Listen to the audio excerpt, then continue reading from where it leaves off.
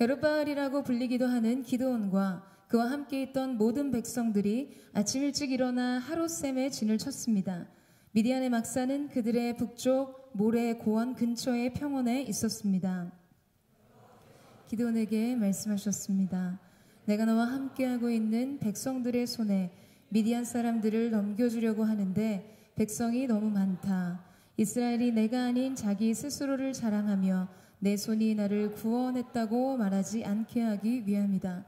그러니 지금 너는 백성들의 귀에 선포하여라. 누구든지 두려워 떠는 사람은 돌아서서 길르앗 산으로부터 떠나라. 그러자 백성 가운데서 22,000명이 돌아갔고 1만 명만 남게 됐습니다. 여호와께서 기드온에게 말씀하셨습니다.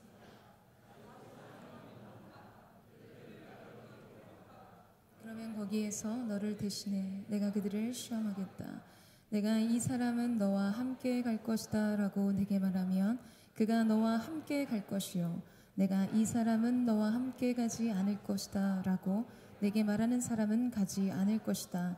그리하여 기드온은 사람들을 데리고 물가로 내려갔습니다.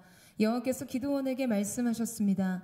개처럼 물을 혀로 핥아 먹는 사람과 물을 마시기 위해 무릎을 꿇고 엎드리는 사람 모두를 따로 세워라. 손을 입에 대고 핥아 먹는 사람의 수가 300명이었습니다.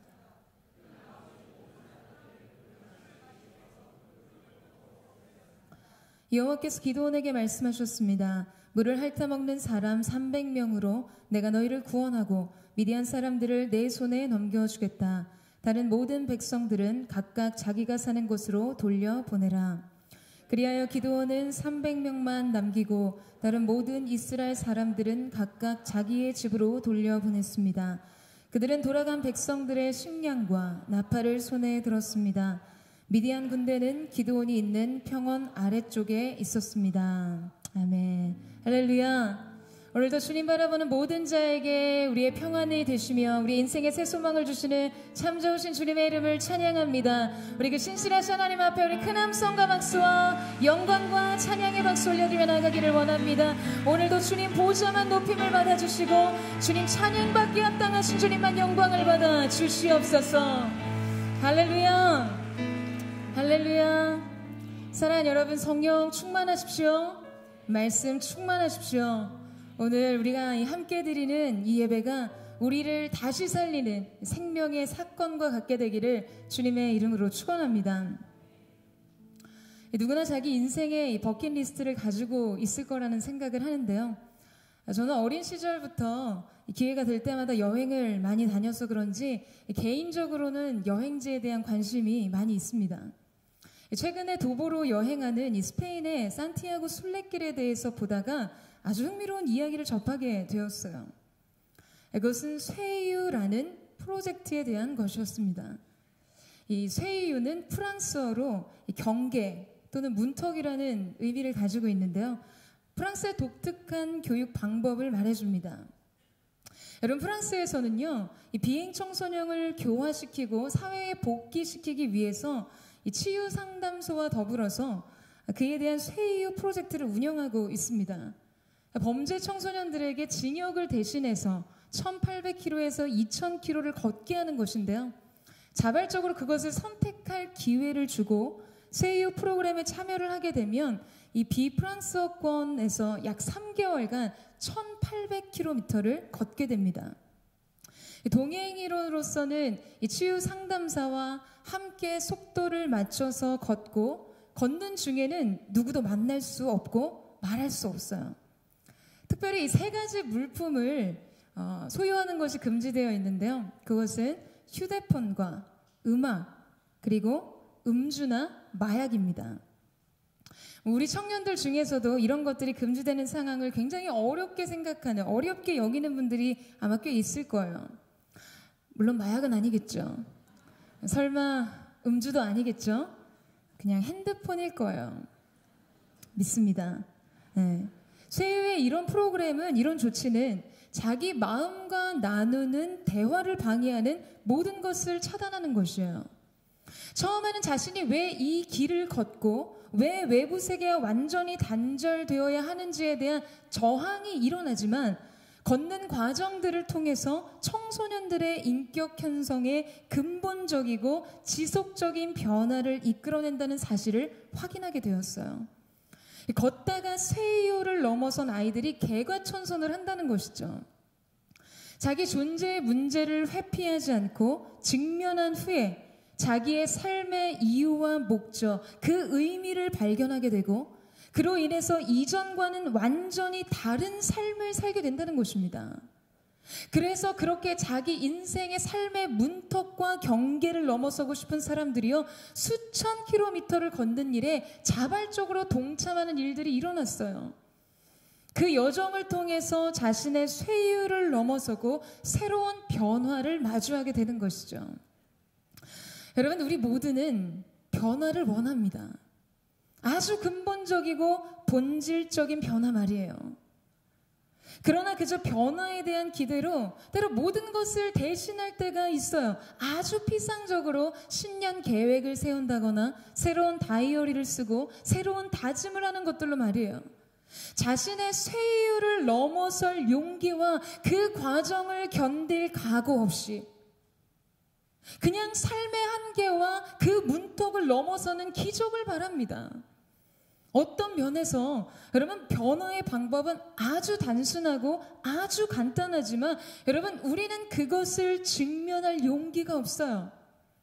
더 정확하게는 직면도 안 되고 외면도 안 되는 것이죠. 자기 본질과 자기 인생과 말이에요. 여러분, 해결은 어쩌면 아주 단순합니다. 외면해야 될 것들을 차단하고 직면해야 될 것들에 깊이 머무르는 것이에요. 세상의 소음과 얕은 기분 전환과 만족으로부터 자기 자신을 분리시키고 떨어뜨려 놓고 진짜 자기 자신과 직면할 용기를 갖고 진짜 자기 하나님을 만날 각오를 하는 것이죠. 우리 안에 내주하시는 성령의 음성을 듣고 그분의 인도하심을 따라가는 것입니다. 사랑하는 여러분, 저는 오늘 우리가 함께 드리는 이 예배가 바로 우리의 영적인 쇠유와 같게 되기를 주님의 이름으로 축원합니다. 그래서 함께 그 인생의 경계를 넘고 삶의 문턱을 넘어서 변화된 자신과 함께 새로운 길을 가게 되는 것이에요. 여러분, 이 은혜를 사모하십니까? 오늘 우리가 함께 읽은 이 본문 속의 기드온 역시 자기 존재의 쇠유를 넘어서 새로운 변화에 도전하고 있습니다.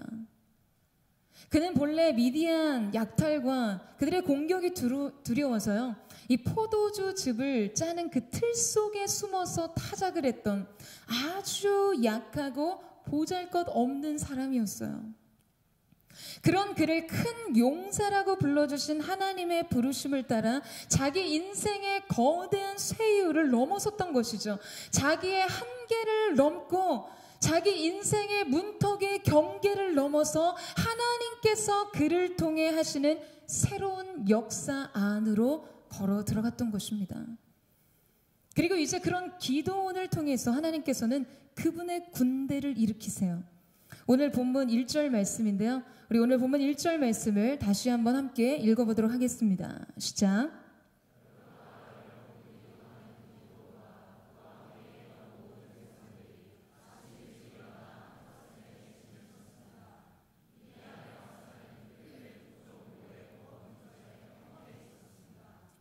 여러분, 성경은 아주 중요한 역사적인 기사를 기록하면서 기드온을 부르는 호칭에 대해 언급하면서 시작하고 있어요. 자, 뭐라고 기록하죠? 여룻바알이라고 불리기도 하는 기드온. 여러분, 이것은 기드온의 또 다른 이름입니다. 이 여룻바알이라고 불리는 이 이름의 뜻은요, 사사기 6장 32절 말씀에 등장하는데요. 그리하여 바알로 하여금 스스로 변호하게 하라 라고 해 그날에 그들은 기드온을 여룻바알이라고 불렀습니다. 그가 바알의 제단을 허물었기 때문입니다. 여러분, 여룻바알이란 이름은 기드온이 바알의 제단을 허물었기 때문에 주어진 닉네임, 곧 그의 인생의 제2의 이름이었어요. 여러분, 우리는 이것을 통해 우리의 인생에는 두 가지의 이름이 존재한다는 것을 알게 됩니다. 하나는 우리가 무엇을 선택하기 전부터 이미 결정되어진 것들이에요. 그가 선택하지 않았지만 그도 모르게 선택되어 버린 많은 삶의 내용들이 있었다는 것이죠. 부모, 가정 환경, 태어날 때부터 주어진 신체의 조건들, 시대의 요구와 역사적인 상황들. 여러분, 이런 것들은 한 개인이 건들 수 없는, 무엇을 하기도 전에 이미 주어진 것들이에요. 우리는 대부분 이런 것들이 우리의 삶을 그냥 결정하도록 내버려 둡니다. 기드온의 인생도 그랬어요. 그래서 그는 미디안의 사람들이 두려워 비참하게 포도주 그 틀에 숨어서 자기의 인생의 것들을 빼앗길까봐 전전긍긍하며 불안에 떨었어요. 그냥 어쩔 수 없이 주어진 인생의 틀 안에서 자기의 삶을 살았던 사람이었습니다. 그런데 그가 하나님을 만나고 더 이상 자기에게 주어진 것들이 그의 삶을 결정하지 못하도록 했습니다. 믿음으로 자기 인생의 다른 길을 놓았던 것이에요. 그래서 지금 성경은 그의 이름 앞에 그가 믿음으로 획득한 또 다른 이름 여룻바알을 언급하고 있는 것입니다. 사랑하는 여러분, 여러분 인생의 두 번째 이름은 무엇입니까? 하나님께서 여러분의 인생을 무엇으로 불러주기를 원하세요? 어쩔 수 없이 주어진 삶의 내용들이 그저 여러분의 인생을 결정짓지 못하도록 하세요. 여러분, 그것을 내버려 두지 마세요. 한탄하고 탓하고 원망하지 마십시오. 여러분의 인생에 제2의 이름을 만들어 가세요. 믿음으로 새로운 길을 놓는 것이죠. 여러분, 그러나 오해하지는 마세요. 이 믿음이라는 것은 상황을 바꾸는 버튼이 아니에요. 삶의 조건을 개선시키는 단추가 아닙니다. 모든 것을 뛰어넘는 능력인 것이죠. 여러분, 이 사실을 믿으십니까? 믿음의 승리란 여러분 일의 결과를 말하는 것이 아닙니다. 단순히 결과를 바꾸는 힘이 아니라는 거예요. 여러분, 승리하는 한 주 사십시오. 여러분, 승리하는 한 주 사십시오. 여러분, 이렇게 나누는 인사가요, 그저 좋은 결과를 만들어내라는 인사라고 생각하세요? 아닙니다. 그렇지 않아요. 진정한 승리는 일의 결과가 아니라 그것을 대하는 여러분의 마음에 있습니다. 기드온이 처음 했던 것은 그냥 단순히 미디안의 압제로부터 그와 그의 백성을 해방하는 것이 아니라 그들이 심어놓은 바알의 신상들을 부수는 것이었어요. 환경을 바꾸는 것이 아니라 그들의 내면을 다지는 것이에요. 그들의 영혼을 다지는 것입니다. 그러면 그 다음이 열리는 것이죠. 삶의 환경이 여러분을 결정하는 것이 아니라 여러분의 믿음이 삶을 결정하게 만드는 사람, 여러분, 그런 하나님의 사람들이 되는 것입니다. 사랑하는 여러분, 저는 여러분을 도전하고 또한 축복하기를 원해요. 저는 저와 여러분에게 믿음으로 불리는 제2의 이름이 있게 되기를 주님의 이름으로 축원합니다. 여러분의 믿음이 여러분의 삶을 결정하게 하는 사람, 하나님이 찾으시는 믿음의 사람들 되시기를 주님의 이름으로 축원합니다. 우리 2절 말씀을 같이 한번 읽어보도록 하겠습니다. 2절 말씀 시작.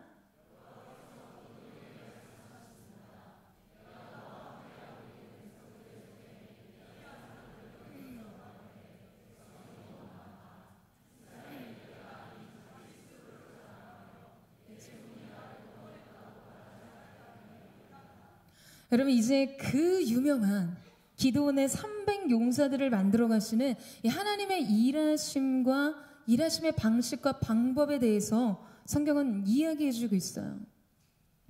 여러분, 먼저 미디안의 군대는요, 메뚜기 떼로 비유할 정도로 많은 13만 5천 명이었습니다. 그리고 기드온이 소집한 명령에 따라 모인 이스라엘 군대는 3만 2천 명이었어요. 자, 그런데 하나님 뭐라고 말씀하시죠? 기드온, 내가 너에게 미디안을 너의 손에 넘겨주려고 하는데 지금 너의 군대가 너무 많다는 거예요. 너무 많다는 거예요. 여러분, 남의 일이라고 이렇게 공감 없는 마음으로 듣지 마세요. 사랑하는 여러분, 우리 하나님이 이런 분이세요. 그러니까 우리가 하나님의 차원으로 생각하는 생각하고 행동하지 않으면 인생을 바라보는 관점에 엄청난 갭이 생기기 마련인 것입니다. 여러분, 우리는 세상의 방식, 세상에 너무나 길들여진 나머지 하나님의 방법과 하나님의 방식대로 생각하고 행동하는 것에 대해서 지나치게 모르고 있어요. 그래서 하나님께서 그분의 방식대로 그분의 역사를 이루어 가시려고 하면 우리는 쉽게 좌절하고 거절감을 느낍니다. 여러분, 그러나 이것은 거절이 아니에요. 이것은 두려운 일이 아닙니다. 지금 하나님의 마음은 이길 것인가, 질 것인가, 여러분 이런 것에 있지 않고 결과를 받아들이는 백성의 마음에 관심이 있으셨어요. 어떤 마음인가? 하나님께서 하신 일들을 하나님이 하신 일들로 인정하는 마음. 그리고 내가 가진 것이 무엇이든 눈에 보이는 현실이 무엇을 말하든지 하나님께서 하실 일들을 바라보고 기대하는 마음인 것이죠. 왜인가? 하나님을 믿으니까요. 여러분, 이 단순한 사실에 동의하십니까? 여러분, 이 사실을 믿으세요? 우리는 그분이 해오신 일들과 지금 하고 계신 일들과 앞으로 하실 일들에 대해서 인정하고 바라보는 것을 믿음의 행위의 최우선에 두어야만 합니다. 우리는 그것을 겸손이라고 불러요. 우리는 그것을 믿음이라고 부릅니다. 사랑하는 여러분, 우리는 이 사실을 기억해 볼 때 하나님께서 하나님의 일을 하실 때 우리가 자고하여 높아지지 않도록 마련하신 장치들이 있다는 것을 알게 됩니다. 그분은 우리의 본성을 아시고 체질을 아시기 때문에 우리가 오직 하나님만을 기대하도록 만드는 장치를 만들어 두세요. 그것은 겸손을 위한 장치이자 믿음을 위한 장치인 거예요. 여러분, 하나님이 치르시는 전쟁은 숫자로 하는 것이 아니었어요. 우리의 상식의 숫자로 결과를 가늠하는 것이지만 하나님의 대진표는 달랐습니다. 여러분, 대부분이 운동 경기에서 승리를 예측할 때 대진표를 보잖아요. 그 대진표를 보면서 서로의 기량의 차이로 누가 이길 건지를 예상하잖아요. 레알 마드리드랑 레알 에센스 축구가 함께 축구 경기를 합니다. 레알 SNS가 축구 경기를 한다고요. 그런 사람들의 예상은 그렇게 너무 비웃으면 또 레알 SNS가 기분 나쁘죠. 아주 객관적인 기량의 차이로 승패를 예측해요. 근데 여러분, 사실 이건 그냥 코미디죠. 말이 안 되는 이야기예요. 그런데 이 대진표에 하나님의 개입이 들어가면 여러분, 이 싸움은 달라지는 것입니다. 굉장히 비현실적인 이야기 같죠? 저도 그렇게 생각해요. 얘가 적절하지 않았을지는 모르지만 여러분, 그래도 와닿으시기는 하시죠? 여러분, 그런데 이것이 이스라엘 군대가 하나님의 생각에 대해 느끼는 실제 체감이었을 것입니다. 그러니까 이 정도의 이야기였다는 거예요. 비현실적인 희망사항 같은 이야기. 이미 그들에게 미디안을 이길 가능성은 현실적으로 없었어요. 그들이 가진 자원과 그들이 가진 능력이 그것을 증명하듯 말해줍니다. 그런데 하나님께서는 당신의 개입을 보고 계셨어요. 그것이 얼마나 위대한 것인지, 그것이 얼마나 강한지를 말입니다. 그렇기 때문에 그 백성들이 누리게 될 영광이 자신으로부터 주어진 것이 아님을 철저하게 인식할 장치가 필요했던 것이에요. 여러분, 이것이 우리 인생에서 얻게 되는 승리를 안전하게 만들어줍니다. 우리는 오직 세상을 이기신 분으로 말미암아 우리의 싸움을 이기는 것입니다. 여러분, 이 사실을 믿으세요? 지금 하나님께서는 그것을 교훈하고 계신 것이에요. 자, 3절 말씀을 보시겠어요? 그러니 지금 너는 백성들의 귀에 선포하여라. 누구든 두려워 떠는 사람은 돌아서 길르앗 산으로부터 떠나라. 그러자 백성 가운데 22,000명이 돌아갔고 1만 명만 남게 됐습니다. 여러분, 하나님께서는요, 두려워서 떨리는 사람 돌아가라. 두려운 사람 돌아가라. 떨리는 사람 돌아가라고 말하고 계세요. 그러자 자그만치 22,000명이 돌아갑니다. 여러분, 우리가 생각해 봐야 할 문제가 바로 이 부분에 있어요. 하나님께서 그분의 일을 이루시기 위해서 그의 사람들을 선별하실 때, 자, 하나님께서 쓰시는 사람들은 어떤 사람들이라는 이야기가 되는 것이죠? 두려움이 없는 사람이요. 아니, 이렇게 말도 안 되는, 상대도 안 되는 전쟁을 하면서도 두려워하지 않고 떨지도 않는 용기 있는 사람만 골라내신다는 이야기가 됩니다. 정말 그럴까요? 여러분, 저는 이 장면에서 기드온을 다시 생각하게 되었어요. 앞서 언급했지만 기드온은 미디안의 약탈이 두려워서 포도주 즉 틀에 몰래 숨어서 타작을 했던 사람이었어요. 큰 용사라고 부르시는 하나님 앞에 자신의 미약한 가문과 그 중에서도 가장 작고 약한 자가 바로 나라고 자신의 나약한 존재감을 드러냈던 사람이었어요. 하나님께서 그에게 약속하실 때도 그것을 재차 확인하면서 표징을 구했던, 불안이 많고 두려움이 많았던, 불신을 안고 있었던 사람이었습니다. 그런 기드온을 통해 하나님의 군대를 세우시고 이스라엘을 미디안으로부터 구원하시기에 여러분, 그는 어떤 자격의 기준을 갖췄다는 것이죠? 여러분, 오늘 이 자리에 있는 저와 여러분 중에 인생의 두려움을 안고 있지 않는 사람이 있습니까? 여러분, 이 가운데 두렵지 않은 분 계세요? 만약 그렇다고 말하신다면 조금 교만한 분일 가능성이 조금 있어요. 자아충만, 자기 착각, 더 나아가 자기 도취. 여러분, 우리는 모두 두려워요. 우리는 그래서 모두 불안에 떨어요.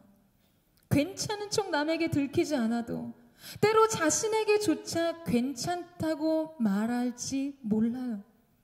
그러나 너무 거대해 보이는 세상의 요구 앞에서, 답이 없어 보이는 인생의 문제 앞에서, 너무 연약하고 부족한 내 자신의 한계 앞에서 우리 모두는 두려움을 느끼고 불안을 느끼고 그래서 떱니다. 그러면 우리는 어떻게 주님을 위해 살아야 할까요? 어떻게 하나님의 역사 속에 쓰임받을 수 있을까요? 사랑하는 여러분, 기드온도 두려웠고 그의 군대도 두려웠습니다. 그러나 이 둘을 가르는 결정적인 차이가 있다면 그것은 자기 두려움을 어떻게 해결하느냐에 있었어요. 연약하지 않은 사람이 어디 있어요? 인생에 저마다 다 각자의 아킬레스건이 있어요. 하지만 그 연약함이 누구의 손에서 다뤄지느냐에 따라 인생은 탁월해지기도 하고 형편없어지기도 합니다. 여러분, 기드온도 두렵고 떨리는 것은 마찬가지였어요. 그러나 하나님의 말씀이 그의 불안과 깨어진 좌절을 다루셨어요. 기드온은 자기 인생의 두려움과 자기 한계와 그로 인한 불안과 실망, 인생의 깊은 좌절을 하나님의 말씀과 약속 안에서 해결했습니다.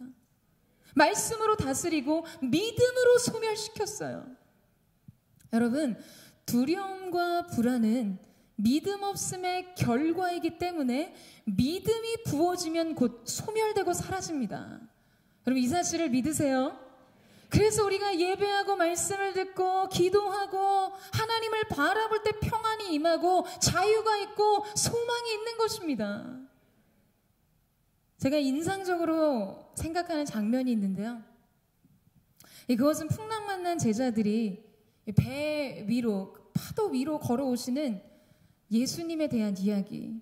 배 위로 예수님이 걸어오시면서 보이신 사실 주님의 반응이에요. 여러분, 제자들은요, 거친 파도와 풍랑에 두려워 떨었습니다. 게다가 깜깜한 밤 거친 바람에 흩날리는 그 예수님의 긴 머리와 긴 옷자락, 거기에 빨간 스토를 생각하면 저는 너무 무서워요. 예수님이 아무리 안정적으로 걸으셨다 그래도요, 여러분, 그 파도가, 성난 파도가 풍랑이 일고 높낮이가 다른 파도 위를 걸으셨다고 생각해 보세요. 얼마나 무섭습니까? 머리랑 옷자락까지 바람을 거르지는 않았을 거예요. 아마 미친 듯이 휘날렸을 거예요. 게다가 옷도 막 소복 같잖아요. 저 멀리 어둠 속에서 바다 위를 걸어 가까이 다가오고 계셨어요. 어쩌면 풍랑보다 그 모습이 더 무서웠을지 몰라요. 여러분, 근데 그 모습을 보고 경악하는 제자들을 향해서 예수님 뭐라고 하십니까? 예수님의 첫 번째 반응은 이것이었어요. 예수께서 즉시 이르시되 안심하라, 나니 두려워하지 말라. 여러분, 제자들의 두려움을 즉시로, 정말 즉시로 해결하기 위한 가장 빠르고 좋은 방법은 무엇이었을까요? 예수님이 바다를 향해, 파도를 향해 명령하시는 거였겠죠. 파도야 잠잠하라, 풍랑아 잠잠하라. 그럼 고요해진 바다를 바라볼 때 여러분, 제자들은 더 이상 두렵지 않았을 거예요. 무섭지 않았을 거예요. 안심이 되었겠죠. 이제 살았다.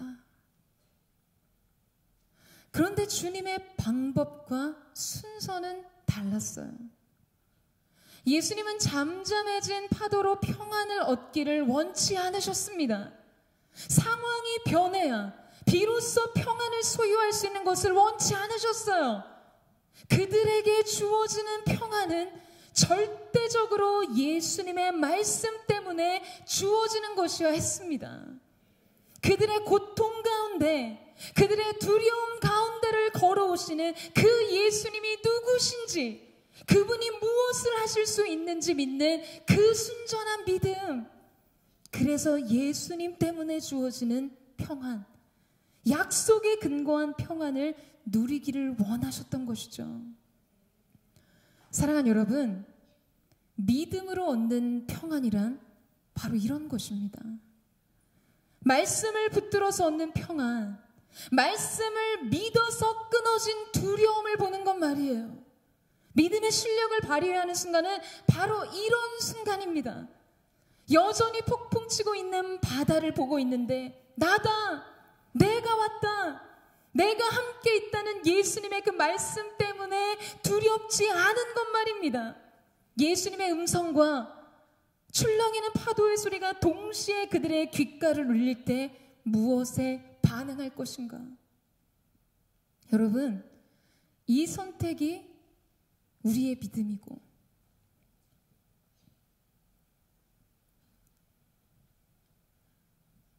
그 믿음이 모든 두려움을 소멸하는 능력인 것입니다. 사랑하는 여러분, 하나님은 이런 사람을 쓰기를 원하세요. 두려움이 없는 사람이 아니라 그 두려움과 좌절을 말씀으로 해결하는 사람을 말입니다. 낙심과 실망의 파도가 밀려올 때 그것을 딛고 말씀 위에 서는 사람. 저는 저와 여러분이 그런 하나님의 용사로 부름받는 은혜가 있게 되기를 주님의 이름으로 축복합니다. 자, 그렇게 22,000명이 돌아가고 10,000명의 사람들이 남았어요. 그런데 하나님께서 거기서 멈추지 않으세요. 자, 그리고 이렇게 말씀하십니다. 우리 4절 말씀을 같이 한번 읽겠습니다. 시작.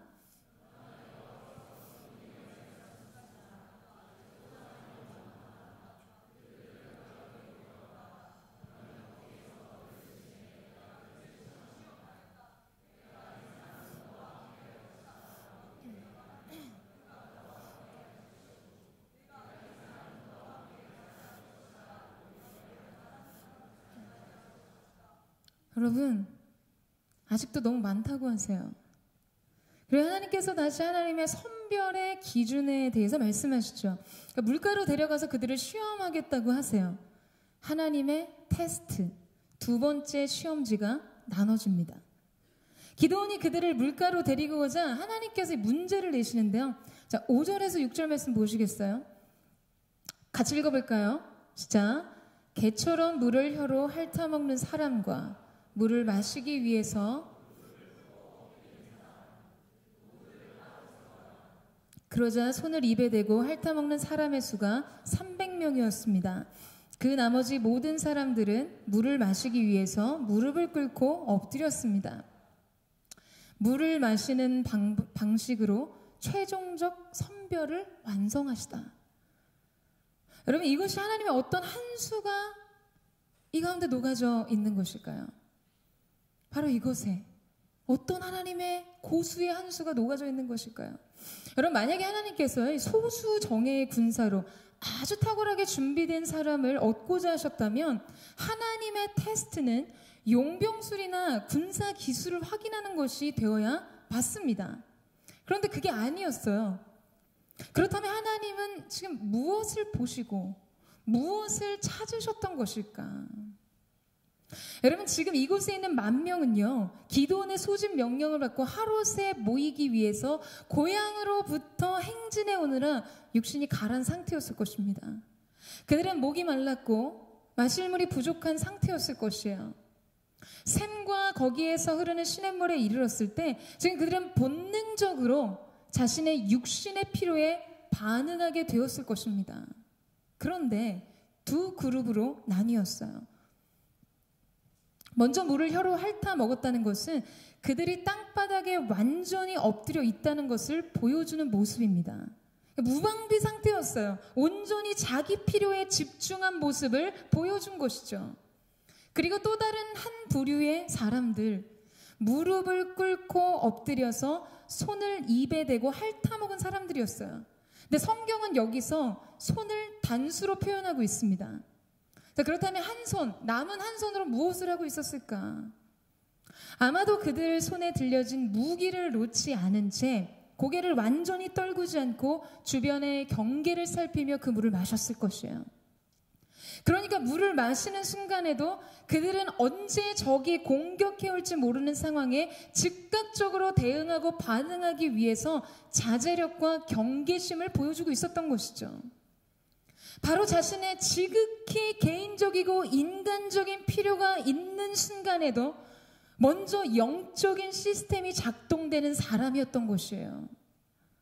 내가 지금 왜 여기 있는가?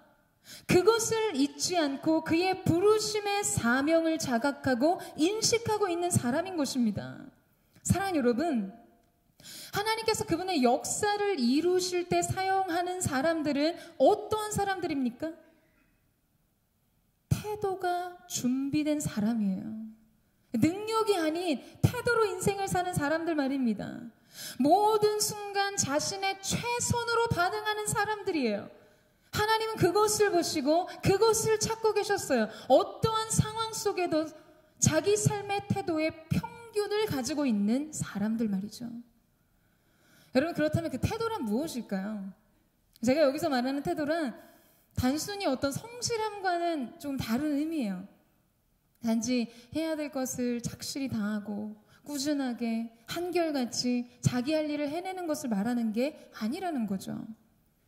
여러분, 태도란 진정성을 말하는 것입니다. 진짜 마음이요.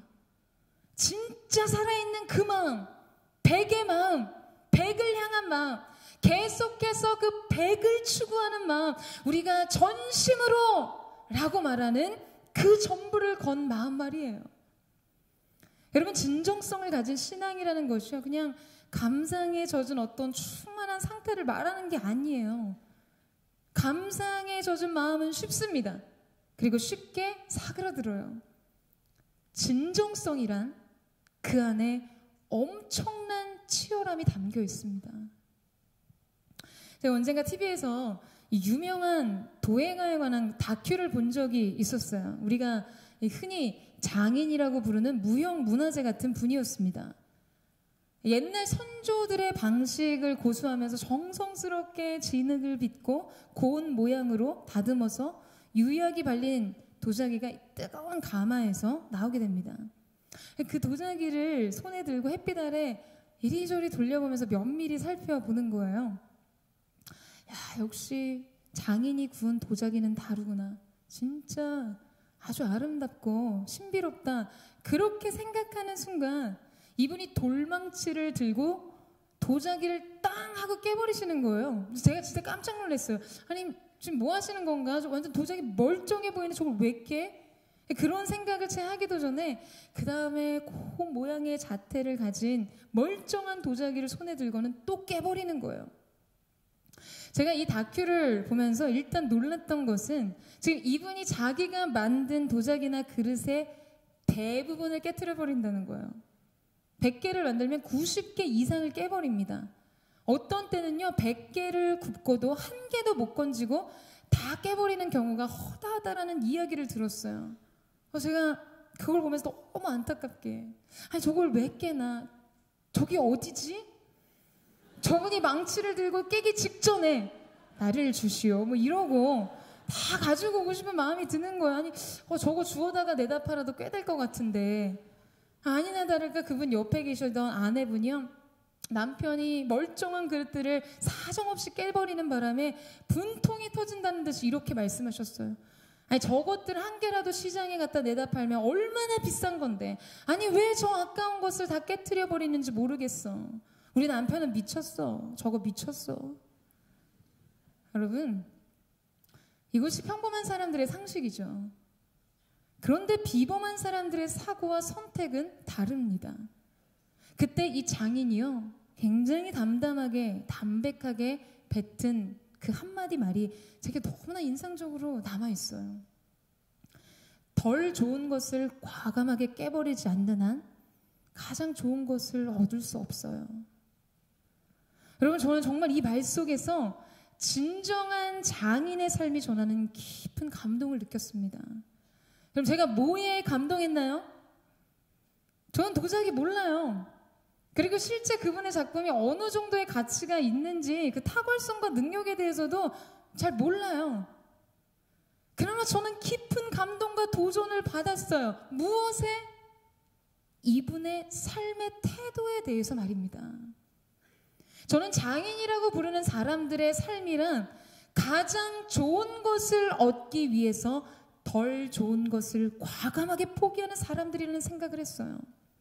여러분, 그 과정 안에 얼마나 많은 치열함과 얼마나 많은 손해를 감수해야 되는지 그것을 추구해보지 않은 사람들은 절대 알 수가 없습니다.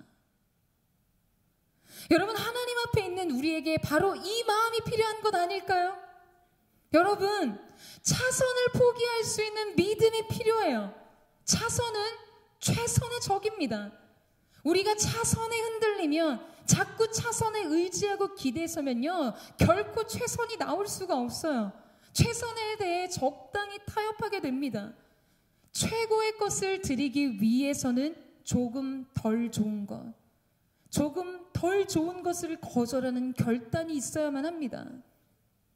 여러분, 바로 그것이 인생의 태도를 만들고 하나님의 부르심의 목적 앞에 깨어 있을 수 있게 하는 힘이 되는 것이에요. 제가 가끔 지체들에게 또는 찬양팀이나 사역팀에게 어떤 일을 해낼 때 과연 마음이 있냐고 질문하면요, 되게 억울해하는 사람들이 있어요. 마음 있었는데요.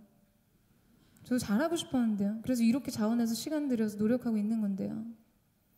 그리고 자신의 노력에 대해서 굉장히 장황하게 설명하려 합니다. 네, 여러분, 물론 누구나 잘하고 싶어요. 하지만 분명한 건 태도에는 다양한 차이가 있다는 것이죠. 저는 단순히 어떤 최고를 추구한다는 것을 이야기하는 것이 아니에요. 중요한 것은 태도입니다. 정말 태도가 좋은 사람은요, 그 사람 머릿속에 1부터 100까지가 다 있어요. 왜요? 그만큼 많은 고민을 했다는 것이에요. 머릿속에서 수십 번, 수백 번, 수천 번 그려봤다는 거예요. 흐름이 있어요. 디테일이 있어요. 언제나 플랜 B가 있어요. 어떤 일에 대해서 많은 고민을 해본 사람은요, 많은 고민을 해보지 않은 채 얼추 완성한 텅 빈 결과물들을 금세 알아봅니다.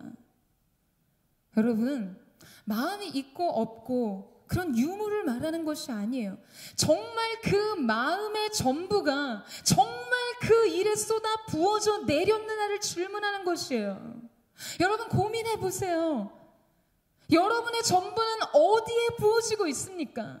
진짜 영혼의 고민이 있는 그 지점이 어디죠? 여러분의 예배에, 여러분의 인생에 전부가 있습니까? 여러분의 믿음의 순도가 있어요? 여러분의 헌신에 최선이 있습니까? 사랑하는 여러분, 100을 드리는 것이에요. 100을 추구하는 것이에요. 그러면 반드시 달라지게 되어 있습니다. 하나님 앞에서 그 100의 마음, 진심인 전심, 전심인 진심을 드리기 위해 몸부림치는 것이에요. 사랑하는 여러분, 저는 이것이 우리가 살아야 하는 우리 인생의 태도라고 믿습니다. 그리고 반드시 여러분 그 태도 속에서는 탁월함이 빚어져 나오게 되어 있어요. 저는 그것을 믿습니다. 여러분 이 사실을 믿으세요? 저는 저와 여러분의 인생이 그러한 하나님의 사람들, 하나님 앞에 준비된 태도로 자신의 삶을 사는 믿음의 사람들 되시기를 주님의 이름으로 축원합니다. 자, 마지막으로 8절 말씀을 함께 읽겠습니다. 8절 말씀 시작.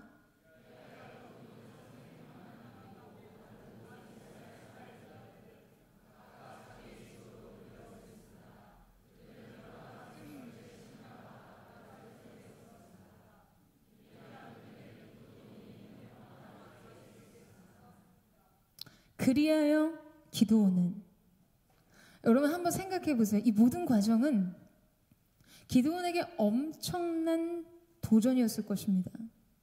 군대의 수장으로 이 전쟁을 수행하면서 그는 12만 5천의 대군과 싸워서 이김으로 미디안의 압제로부터 이스라엘을 구하는 최종적 책임을 안고 있는 사람이었어요. 지금 그런 그가 12만 5천, 13만 5천에 비하면 4분의 1도 안 되는 3만 2천을 가지고 전쟁을 하는 것도 쉽지 않았을 것입니다. 그런데 이제 300이에요. 300명만을 남기고 다른 모든 이스라엘 사람들을 각기 자기 집으로 돌려보낼 용기.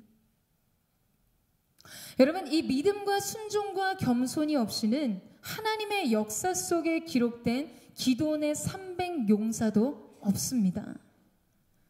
사랑하는 여러분, 우리의 삶 속에서도 우리는 이런 도전에 직면할 때가 있습니다. 하나님께서 우리의 인생에 300이라는 숫자를 만들어 가실 때를 말이죠. 이 과정은 어쩌면 아픔이 동반된 시간이에요. 우리는 오직 겸손과 믿음과 순종을 요구받는 순간을 경험하게 됩니다. 때로 아주 극단적인 방법으로 말이에요. 3만 2천이 300이 되기까지 우리는 때로 우리 인생에서 많은 것을 잃어버리는 느낌을 받을 때도 있습니다. 우리 인생이 너무나 초라해지고 있다고 느낄 때도 있어요. 가장 철저하게 낮아지고 부수어지고 깎여져서 하나님이 아니고서는 꿈꿀 수 없는 가장 무능하고 무기력한 상태가 되는 것이니까요.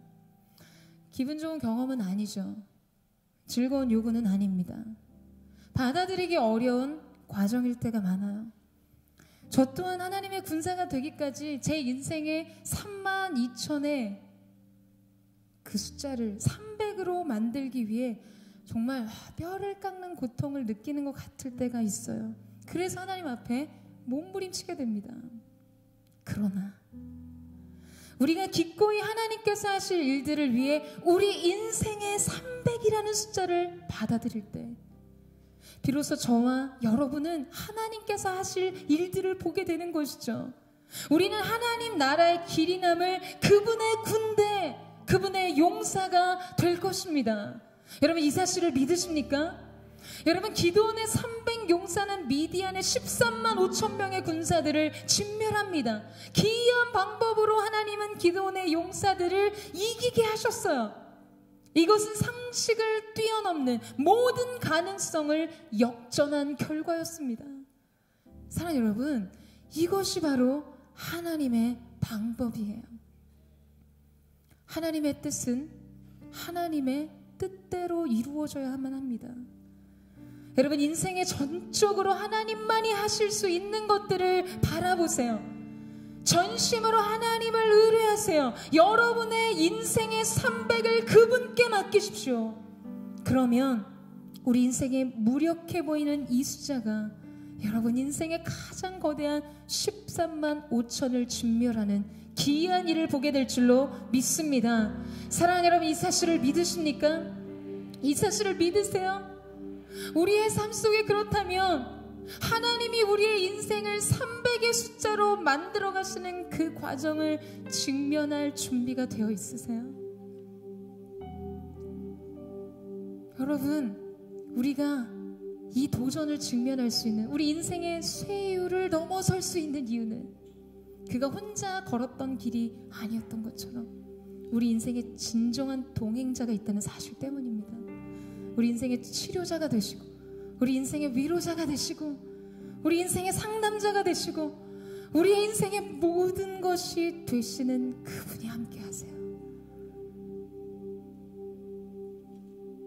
그분이 여러분의 길을 함께 걷고 계시고, 그분의 동행으로 말미암아 우리는 우리 인생에 결정지어진 것 같은 자기의 한계, 자기 두려움, 자기 불안, 자기 실망과 깨어진 좌절들을 극복할 수 있습니다. 그리고 우리의 인생의 가능성보다 훨씬 큰 하나님의 역사에 쓰임받게 되는 것이죠. 사랑하는 여러분, 여러분 어떠세요? 2019년도를 향한 약속의 말씀 다 받으셨죠? 그 말씀 소망하고 붙들고 계시죠? 그러나 정말 그대로 여러분의 인생이 펼쳐지고 있습니까? 우리는요, 너무나 자주 하나님이 우리에게 주신 말씀과는 상이한 인생의 내용들을 만나게 됩니다. 마주치게 돼요. 그래서 더 깊은 좌절을 느껴요. 주님 분명 말씀하셨는데, 나는 그 하나님께 분명 기도했음에도 불구하고 주님이 결과는 무엇입니까? 말하고 싶을 때가 있어요. 그런데 여러분, 바로 그때예요. 바로 그때 우리의 믿음의 실력을 발휘하는 것입니다. 왜냐하면요, 하나님이 상황과 환경과 조건과 사람들을 바꾸실 때 우리의 믿음이 부끄러워지지 않기 위해서요. 우리 인생의 절망은 우리를 향한 하나님의 사랑에 대한 배신입니다.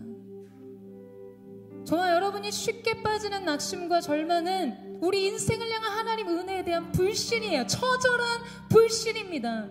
사랑하는 여러분, 오늘 저와 여러분이 우리와 동행하시는 하나님으로 말미암아 우리 인생의 한계와 절망과 좌절과 낙심과 두려움과 불신과 실망의 모든 인생의 문턱을 넘어서는 은혜가 있게 되기를 주님의 이름으로 축원합니다. 믿음이란 결과를 바꾸는 힘이 아니라 모든 것을 뛰어넘는 능력이라, 믿음으로 모든 것을 이기는 것입니다.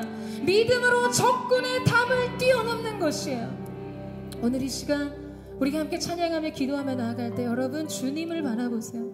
주님이 우리의 인생의 거친 파도와 풍랑 위로 걸어오십니다. 그러나 주님은 상황으로 인해 주어진 우리의 두려움을 위해 상황을 먼저 해결하시는 것이 아니라 우리가 비로소 얻게 되는 평안과 자유와 소망의 근거가 오직 우리에게 말씀하시는 예수님의 음성에 있기를 원하십니다. 두려우면 두려운 대로 그 모든 것을 아신 하나님께 여러분의 존재의 모든 것을 가지고 가세요. 그분께로 가십시오. 그분을 바라보세요. 그분을 의지하십시오. 그리고 하나님께서 새롭게 열어주시는 새로운 인생의 길을, 우리의 삶의 쇠이유를 넘어서는 귀한 은혜가 있게 되기를 주님의 이름으로 축원합니다. 함께 찬양하며 나가겠습니다. 나의 주님께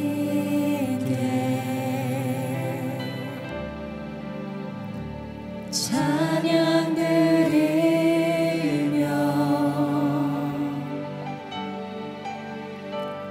그 크신 사랑 주 임재 감사해. 어둠 속에 찾아오셔서 어둠 속에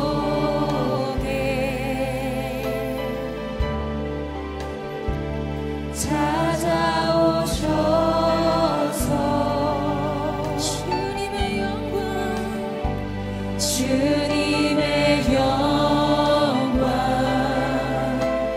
보게 하시네.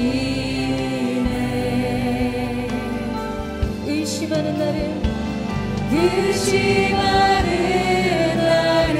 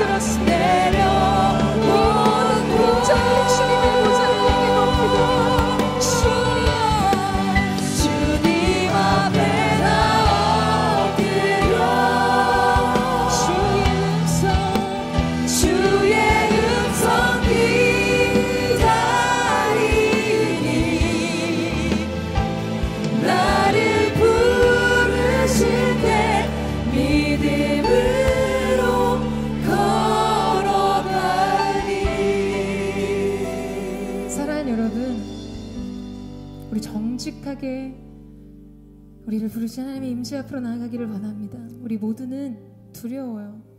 불안합니다. 그래서 떨려요. 앞에 뭐가 있을지 알지 못하기 때문에 예측할 수 없는 미래의 많은 일들로 인해 우리는 두렵습니다. 그러나 여러분 안심하세요. 주님의 말씀이 있으세요. 나다. 내가 왔다. 내가 너와 함께하고 있다. 너는 두려워하지 말라고 말씀하십니다. 사랑하는 여러분, 기드온도 두려웠고 그의 군대도 두려웠으나 하나님 앞에 쓰임받는 한 사람의 두려움은 언제나 하나님 손에서 다뤄집니다. 하나님의 말씀 안에서 다뤄져요. 하나님의 은혜 안에서 안에서 새로운 믿음으로 인생의 두려움과 불안을 소멸하게 되는 것입니다. 너희를 향한 내 생각은 내가 하나니 재앙이 아니오고 평안이며 너의 장래에 소망을 주려 함이라. 인생의 모든 어두움과 거친 풍랑을 뚫고 오시는 그 예수님을 소망하며 바라볼 때에 하나님, 우리가 오직 우리의 인생의 새로운 평안을 누리게 되는 줄로 믿습니다. 사랑하는 여러분, 주님의 평안을 얻기 위해서는 먼저 비움이 필요합니다. 체험을 얻기 위해서는 비움이 필요해요.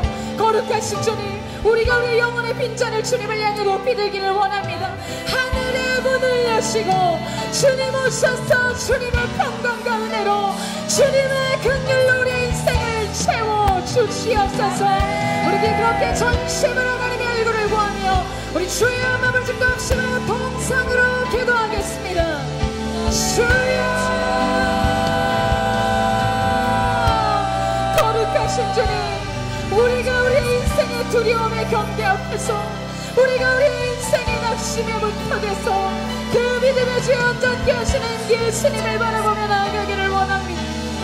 이곳에 모인 주의 청년들이 아버지 하나님 자신의 삶도 이미 결정된 자기의 인생의 그 한계선에서 살아계신 하나님을 향한 새 믿음을 고백하고자 몸부림치며 주님을 바라보는 이때 거룩하신 성령님, 하늘의 문을 여시고 임하여 주시옵소서. 기름 부어 주시옵소서. 역사하여 주시옵소서. 주님과 동행함으로 우리 인생의 모든 막힌 담을 뛰어넘는 거룩한 역사가 있을 수 있도록 주여 함께하여 주시옵소서. 기름 부어 주옵소서. 나의 모든 생활 속에서, 나의 모든 생활 속에서 주님이 함께 하시니 주님의 성령 나를 인도하시니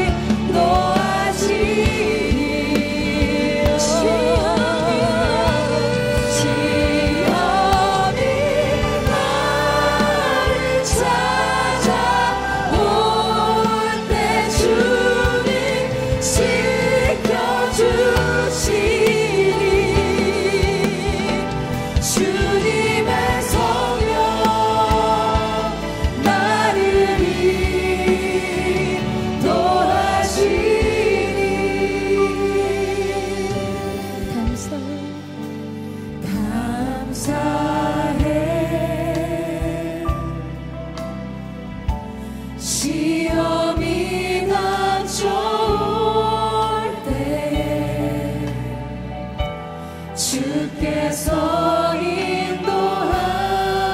인도하시니 두려움 없네. 또 감사해.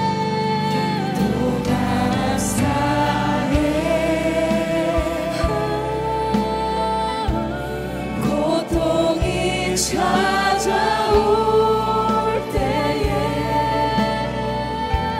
주께서 지켜주시니 승리하리라.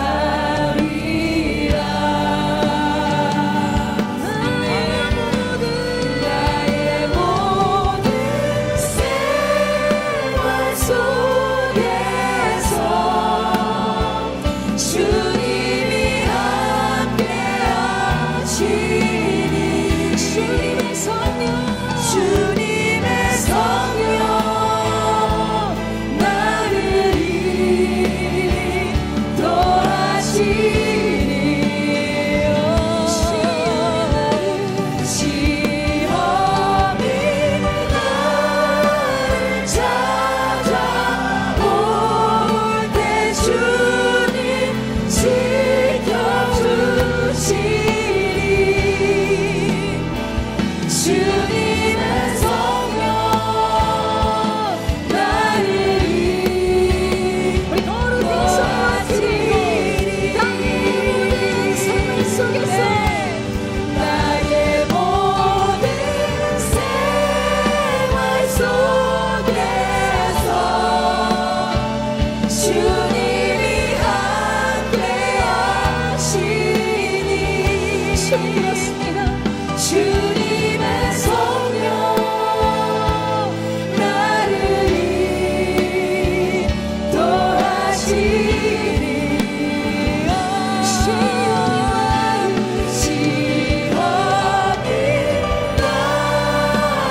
찾아올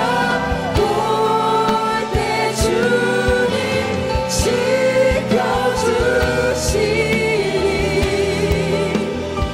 주님의 성령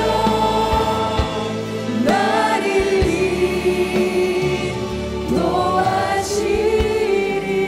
인도하시리. 여러분, 풀무불에 던져진 다니엘의 세 친구의 이야기를 기억하시죠? 그들은 그 불길 속에서 타지 않는, 결코 사르지 않는 그들의 존재를 확인했어요. 성경은 굉장히 중요한 한 가지 기록을 남깁니다. 분명 3명이 들어갔는데 사람들이 보니 4명이었어요. 성경이 우리에게 보여주고 말하고 싶어하는 그 한 사람의 존재는 누구일까요? 사랑 여러분, 여러분 스스로 여러분의 인생의 길에서 그 답을 아셔야만 합니다. 내가 사망의 음침한 골짜기를 다닐지라도 해를 두려워하지 않으면 주께서 나와 함께 하심이라. 주의 지팡이와 막대기가 나를 안위하시나이다. 나의 평생에 주의 선하심과 인자하심이 정녕 나를 따르리니 내가 여호와의 집에 영원히 거하리로다. 여러분, 우리가 그분의 선하심과 인자하심을 쫓는 것이 아니에요. 그분의 사랑이 우리의 인생을 추격하십니다. 그분의 선하심이 우리의 인생을 따르세요. 그분의 영원하신 긍휼과 은혜가 우리를 함께하고 계시다는 사실이에요. 사랑하는 여러분, 이곳이 여러분이 살아갈 힘과 능력이 되기를 원합니다. 원수의 목전에서 상을 베푸실 그 하나님을 소망함으로 내가 불 가운데 지날지라도 그물이 너를 사르지 못하고, 내가 물 가운데 지날지라도 그물이 너를 엄물지 못하리라. 주여, 나의 발을 사슴과 같게 하사 나로 나의 높은 곳을 다니게 하여 주시옵소서. 그렇게 고백하기를 원하시는 분들 자리에서 다 일어나십시오. 우리 자리에서 일어나서 우리 전심으로 주여 세 번 외치고 우리 합심하여 동성으로 기도하겠습니다. 주여, 주여, 주여. 거룩하신 주님, 주님의 함께하심이 우리의 승리가 있음을 믿습니다. 주님의 선하심과 인자하심이 우리의 삶을 추격하는 능력인 줄로 믿습니다. 우리는 언제나 주님 안에 있습니다. 우리의 연약한 손, 피곤한 무릎을 일으켜 세우시는 주님, 우리의 발을 사슴과 같게 하사 나로 나의 높은 곳을 누리게 하실 그 하나님을 찬양하나이다. 나 영혼아 어찌하여 내 속에서 불안하며 어찌하여 내 속에서 낙심하느냐. 너는 하나님을 바라라. 그 얼굴에 도우심을 인하여 내가 찬송하리로다. 할렐루야. 주 나를 일으켜 산 위에 세우네. 거친 바다 위 걷게 하시네. 주만을 지할 때가 난 주네. 크신 능력 내게 부어주시네.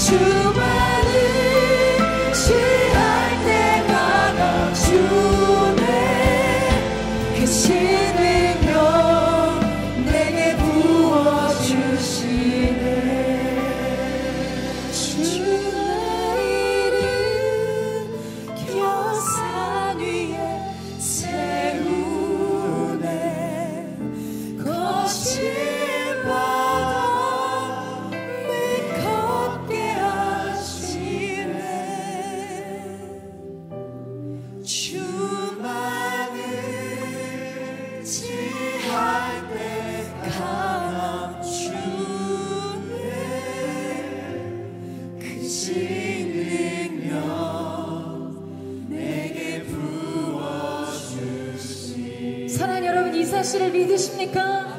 하나님이 여러분 인생에 능력 주심을 믿으십니까? 아멘. 여러분, 이제 우리의 인생은 어떠한 인생인가? 거친 파도 위를 걸어오시는 주님을 보는 인생에서 이제 우리도 주님과 같이 그 바다 위를 걷는 인생을 살게 하시는 줄로 믿습니다. 배 밖으로 나오세요. 여러분의 인생의 안전지대로부터 나오세요. 그리고 새로운 도전을 꿈꾸고 인생의 300의 숫자로 13만 5천의 대군을 직면하는 하나님의 사람들이 되기를 예수님의 이름으로 축원합니다. 우리 마지막으로 기도하며 나갈 때 두 손 높이 들고 하나님, 나의 인생의 보잘것없는 300을 하나님 손에 의탁 알려드립니다. 이 보잘것없고 미약한 나의 인생을 통해 주님의 크신 일을 이루어 주시옵소서. 전심으로 주여 한번 외치고 우리 합심한 통성으로 승리를 선포하며 기도하겠습니다. 주 거룩하신 주님, 위대하신 주님, 원수의 원점에서 사랑을 베푸시는 주님을 찬양합니다. 오늘 한 사람 한 사람 거친 파도 위를 걸어오시는 주님을 보는 인생으로서 우리 인생의 배가 나와 우리의 삶의 안전지대를 벗어나 주님이 도전하시는 자로 나아가기를 원합니다. 믿음의 도전으로 믿음의 주역 잡게 하신 주 예수를 바라보고 의지함으로 우리의 인생의 새로운 믿음의 지평을 열어가기를 원합니다. 역사하여 주시옵소서. 새 일을 행하여 주시옵소서. 보라, 이전 것은 지나갔으니 새 것이 되었다고 말씀하시네. 그 주님의 영성을 듣게 하시고 사막에 강을 내시고 광야에 길을 내시네. 주의 놀라우신 일을 보게 하여 주옵소서.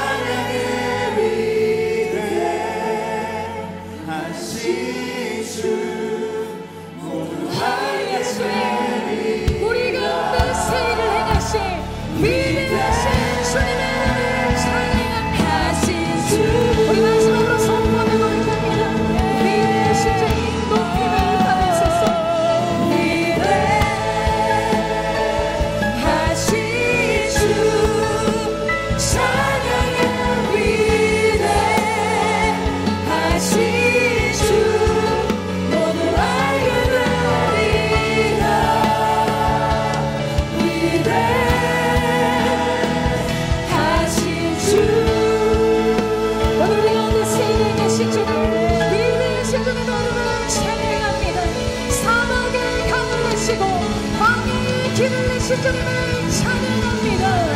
할렐루야, 할렐루야. 사랑하는 주님, 인생의 300을 만들어 가시는 하나님의 손 안에 있는 시간을 두려워하지 않고 말씀으로 인생의 불안과 낙심과 우리 인생의 모든 좌절과 근심을 다스리기를 원하는 그 하나님의 사람들을 통해 자신의 최선으로 하나님의 부르심에 반응하기를 사모하는 하나님의 사람들을 통해 주님, 기도원의 300용사와 같은 세대가 일어나게 하여 주십시오. 우리 한 사람이 천을 쫓고 두 사람이 만을 쫓는 역사가 있게 하시고 만 명의 예배자가 땅끝을 향해 가는 청년 부흥의 예배의 역사, 청년 선교의 부흥을 보게 하여 주시고 하나님, 일본 땅이 하나님 앞에 돌아오게 하시고 일본의 교회가 하나님 앞에 세워지는 거룩 거룩한 새 역사가 있게 하여 주시옵소서.